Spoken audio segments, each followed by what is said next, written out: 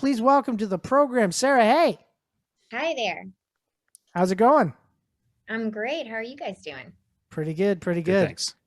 So, Unidentified Objects, as I mentioned, made its premiere at the Inside Out Film Festival in Toronto. Tell the people what the film is all about. So it's a road trip movie. It's a dramedy. It's kind of a genre bending, upside down pineapple cake of everything.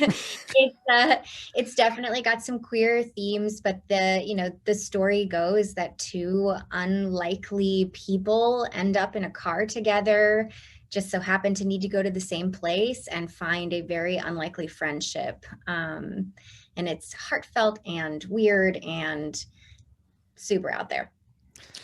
Yeah, I gotta ask because as you mentioned, it's a road trip movie, and I'm always curious about how road trip movies are filmed because unlike most traditional films, there's sets and you go there, or it's like a living room or a bar or whatever. A lot of this movie takes place inside of a car or around the car. How was that for you and your performance to be stuck in such a confined space and have to work within that?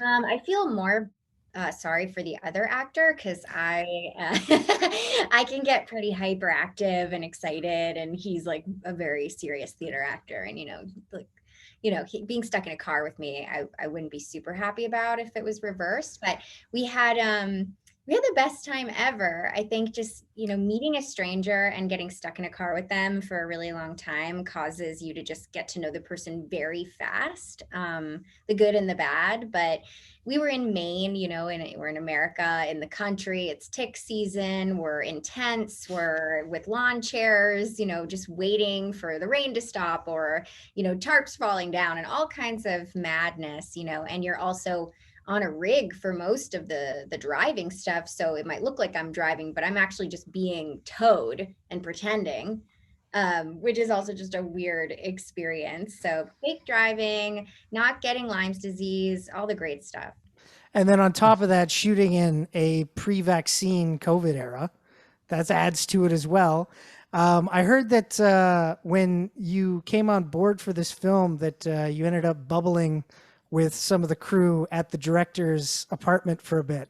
Yeah, he actually made his apartment the production office for the film.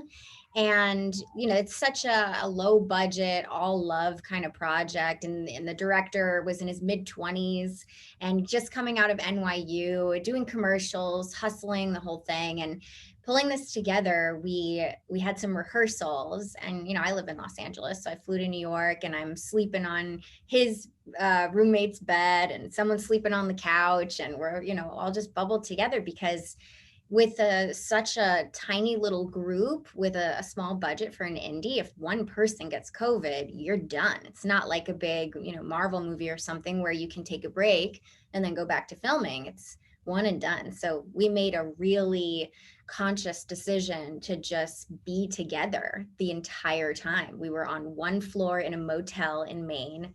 My neighbors were the director and his girlfriend and the other actor on the other side. And we just bubbled really hard. With indie films, obviously, because there are, as you even mentioned it, right? It's like budgets are tight, and it's a very close knit situation, and I got to imagine that just to what you're describing got even so much closer because of having on top of that to bubble. That seems like it's like double the anxiety of what's going on. Yeah, because usually, when you finish your day, you go back to your hotel or to wherever you're staying and you get a little separation from people. But this is like, I get out of the shower and I want to go for a walk, and there's the director and there's the VP. They're all there all the time. So yeah, it got cozy pretty quick. Geez. Now, of course, the character Winona, who you play in it, very full of life character, very interesting character. And of course, she's on a mission to go back to where she wants to be, which is with the aliens. I know that there's a certain point that she needs to get to in order to be picked up by the aliens. And there's just something just so lovable about this character because there's that kind of moment of the doubt moment of doubt that it's like, did she actually meet the aliens before? There's like, you kind of like, that's kind of in the story. And because she's such an earnest person, it's kind of hard not to believe her. So what was it like getting to play such like a full of life character who just seems to be like her truest self? Yeah, I mean, that's a great question. I usually play like really heavy dramatic characters with crazy trauma and backstories, and I never get to do this kind of thing where I can really just bring my own color and my own flavor to a character that's really just the freest of all. I always say that people who, it's like if she doesn't fear death, some people fear death. She lives life as though it could just happen at any moment. She just goes for it. And it was actually really good for me because I can be really like rigid and controlling about things sometimes. And just being able to play somebody who didn't give a fuck was great.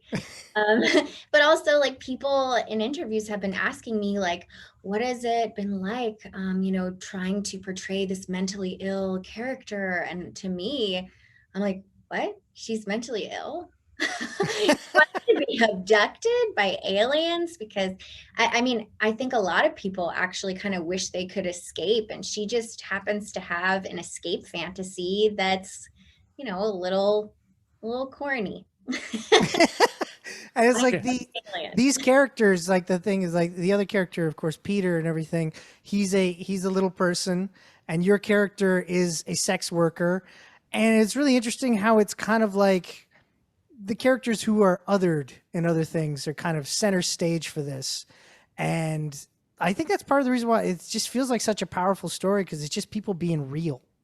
Yeah, it's kind of a voice for just real ass people. It's not there's nothing frilly about it. They're damaged and lost and confused and in the middle of the pandemic. And, my character is, yeah, she's a sex worker, but, that's as a resort of a lot of things that have happened in her life. And so she's doing what she can to survive. And my generation, it's actually becoming more and more of a normalized Yeah, of course. career. And OnlyFans and all this stuff, it's like, usually the sex worker gets killed in the first scene of the movie, by the good or bad guy or whatever happens. And this is just a real person who's struggling to make money and to figure it out. And, Matthew Jeffers' character is a little person who's gay, who's been isolated by society and by sexuality and by his appearance, and he just lives in New York in his apartment and he's miserable. So when you put two really kind of emotionally vulnerable people together and you force them into a car for a few weeks, it's somebody's gonna crack, and somebody's gonna help the other one grow, or vice versa. And I think that's the whole point of the story, is really just it's to find a place in the world for yourself, and we find a place in each other. Yeah, I know. One of the things I loved about your character was the scene in the restaurant where you describe being a sex worker, but that's just a part of who the character is, right? Like it's not everything about, and it's important to remember that, it's not just because you're a sex worker, this is all you do. There, you are always more. You're some of the total parts of everything of your life, right? And I think it's important for all of us to remember that. But I also wanted to touch on the dynamic between Winona and Peter, like because they are so different, and like as you said, you're a free spirit. You're more open to things, and a little bit more freewheeling and rambunctious. Peter, not so much. Peter loves the rules and loves telling you why you're doing it wrong. I'm just like, I'm wondering about, performing with, with Matthew, with these two characters, and like how they're so diametrically opposed in the beginning, and they get to like, how was that journey like, to going from the beginning of the film to the end of the film, and, and seeing that relationship develop?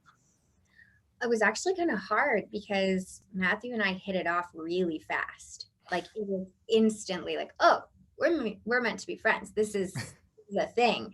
And then having him be mean to me was really challenging. So I was letting a lot of it just hit me naturally because, having someone slam a door in your face or yell, shame, shame on you in your face. It's like, I was just like, oh, I really care about this person. Why is he so mad at me? And it worked in the beginning. And then as we progressed, we were able to just bring our like natural connection to the rest of the film. But his character is such a curmudgeon, and I've met so many New Yorkers, and I'm a New Yorker, people who just walk by you and smash you with their bag and don't say sorry, and it's that whole New York energy, and he's just over it. And my character is literally ready to steal the bag off the person's shoulder and run. Like we're so different. But I think that's what makes it so special in a way, is the dynamic between them is so, it changes so much throughout the film. Yeah. Of course, we're Canadian, so the representation of Canada in this, to me, was very funny. Like that, the lumberjack type guy at the bar, and so like, and I think one of the characters did say a boot, and I'm like, I couldn't help but laugh at that. But the colorful, like the actual scene with the lumberjack though, was like, wow, like that was some pretty hard stuff. Like when you go from like the moment of like what possibly could happen to what does happen is just like, oh, heartbreaking. Yeah, and I think, that's my favorite scene of the whole movie. It's a really complex movie or part of the movie, it's because people watch that and they were kind of like so happy for the character that you can see them smiling in the audience, and then moments later are crying because it's just so heartbreaking. The reality of, we all want something to work out a certain way. We might have a crush on somebody, or, we want this career to happen or this and that. And when it doesn't happen, and in such a like kind of fucked up way, it can be extremely heartbreaking. And that was just such a fast way to show that. That whole scene is just like, it's a yes and a no so fast. And also just like, what is it to a person who lives out in the middle of nowhere to see a little person and his reaction to that, and the way that we're trying to represent little people in this film is to just let them be people and not have a narrative, Wizard of Oz, Snow White, people living in villages by themselves. It's like, this is just a regular ass person, and he needs to just live his life, and we all have reactions to different things that are different from us. Totally. We got an email in from Carol C. I'm going to read part of it. The other part of it is for later on for the Miss Marvel review, but it says, hey geeks, loyal listener here, the best hair, Sarah Hay, it is awesome. Thank you. Thank you so much. Do you have any conditioning tips? But anyway. Oh wow, I do lotion a lot. That helps. Don't wash it. How about that? Yeah. There you go. Yeah. Now, Sarah, obviously, as you mentioned, like with the film touching on, various aspects, and I just, because of, the queer representation, dealing with little people and how they get interacted with in the rest of the world. But I was wondering if you could talk a bit about you and Matthew, and like just you guys working together, your performances, and did you learn anything from Matthew or vice versa, like as you guys were working together, because you are in such a close proximity to each other and having to work on, I got to imagine like pretty intimate scenes, like for you to be that giving of each other, what that was like to work together. Yeah, I mean, he is such a professional, just everything about him is the fact that he is just now getting this recognition and he's on all these shows it was surprising to me when we first started working. It's just, there wasn't a role for him, and now people are creating roles for him, and it's so exciting. But he, so I was a ballet dancer for the majority of my life until maybe 5 years ago when I transitioned to acting and producing. And I struggled from horrific body dysmorphia. I thought I was obese. I was 20 pounds lighter than I am now, and I'm a completely normal weight. I was completely fucked in the head over it. And talk about identity. That was my identity. It was ballet. And he was so profound with his confidence, and we had so many discussions about bodies, and he even says in the film like something about a specific make and model. Like we talked so in depth about that stuff that I was able to heal so much of my ballet trauma just from getting to know him, which also really deepened our connection and trust in those scenes. Because when you share something so vulnerable with someone who's going through the same thing from a completely different perspective, we come from two different worlds and we connected over this thing that seems ridiculous from my perspective. And I was able to grow as a person just knowing him. And the amount of trust and the amount of just time that we gave each other was unlike anything I've ever worked on. We were with each other on every take, whether the camera was pointing at me or him. We were in complete support of each other. So it just was actually amazing. That sometimes you'll do these huge budget productions, like big movies, and nobody will connect with you, and you'll go, all right, that was cool, and I guess that's going to come out later. And this was like all heart, all favors, just a tiny group of people, millions of miracles, just the right lighting at the right time by accident, and this and that. And somehow we're fused. We love each other. It's like kind of dorky. No, it's not dorky at all. That's that's the great thing about, putting together an independent film like this, is that when everything clicks, it creates magic. Totally. We got an email in from Dwayne P, who says, Sarah is so blessed. I think she's in her 30s and she looks like she's in her 20s. Man, so cool. Love her ability. Thank you for your email, Dwayne. Thank you, Dwayne. I'm gonna write that one down. Save it for later. I'm just curious if he's talking about her acting ability or her ability to not age. Yes. Like it's are you going to share your magic secrets on how?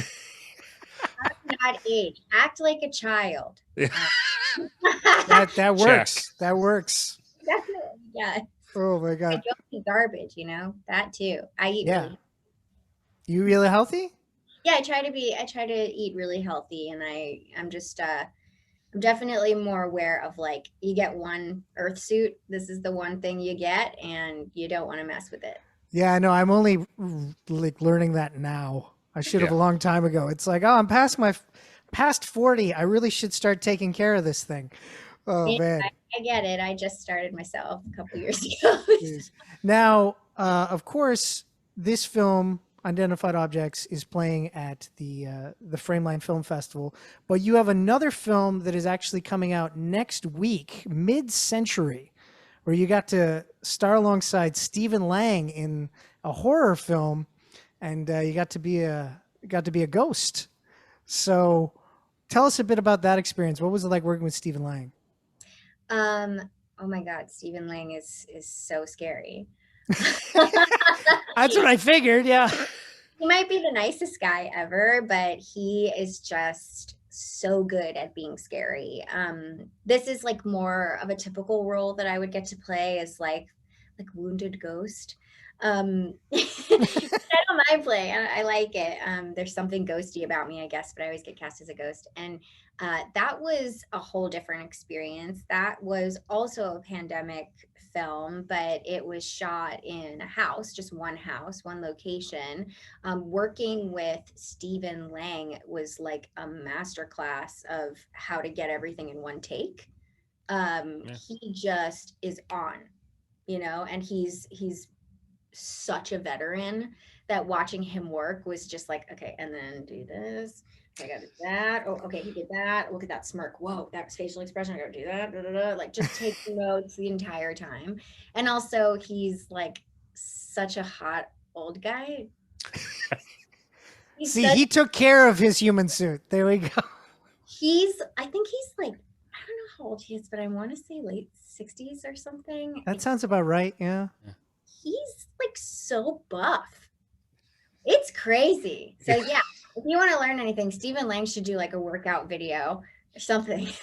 Well, you gotta be buff to take on the blue people, and you did that 10 years ago. So wild. And that director is such a she's such a different, her name's Sonia O'Hara. She's a totally different thing than Juan Felipe, who I worked on with Unidentified Objects. They have totally different working styles, and she's like pumped up on Red Bull, ready to go, just like she's so intense, and was working all nights, because with horror you're up all night, and her this happy disposition at all times. I'm like, how are you not crazy? You've been up all night for a month. And she's just like, just ready to make a movie, like so pumped.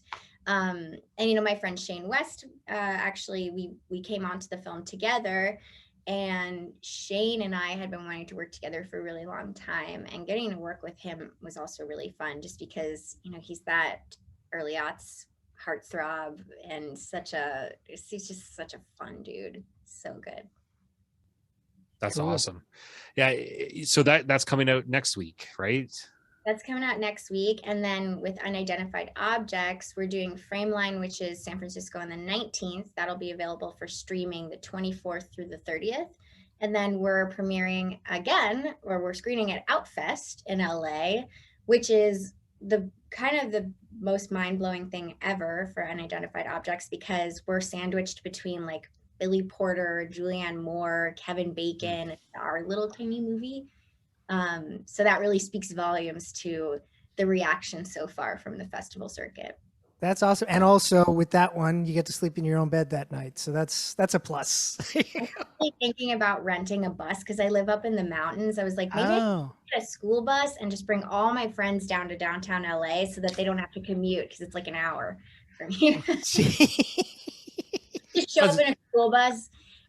There you go. The magic school bus. There. I'm perfect for that. Yeah. But you're still too young for her, though. That's the My next role. Yeah. Good stuff. So I heard you say that you would be interested in playing a superhero or a supervillain or super anything. Is there any particular like super character throughout all of fandom that you'd love to take a crack at? Well, I didn't get it, but I wanted to be Red Sonja. That was my big dream.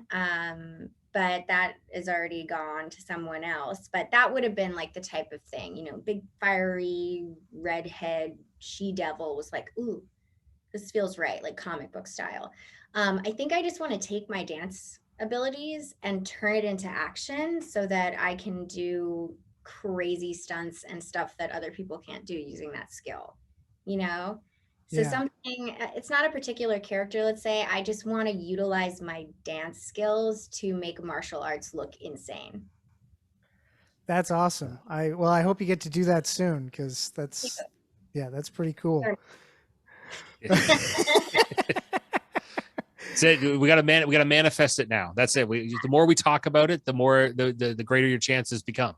I might have crystals laying around. I have a plumbus. From this one, but I don't know if I have any crystals. But I will. I'll manifest it. There you go. That's perfect. There you go. That's the plan. Make it happen. Definitely. Yeah.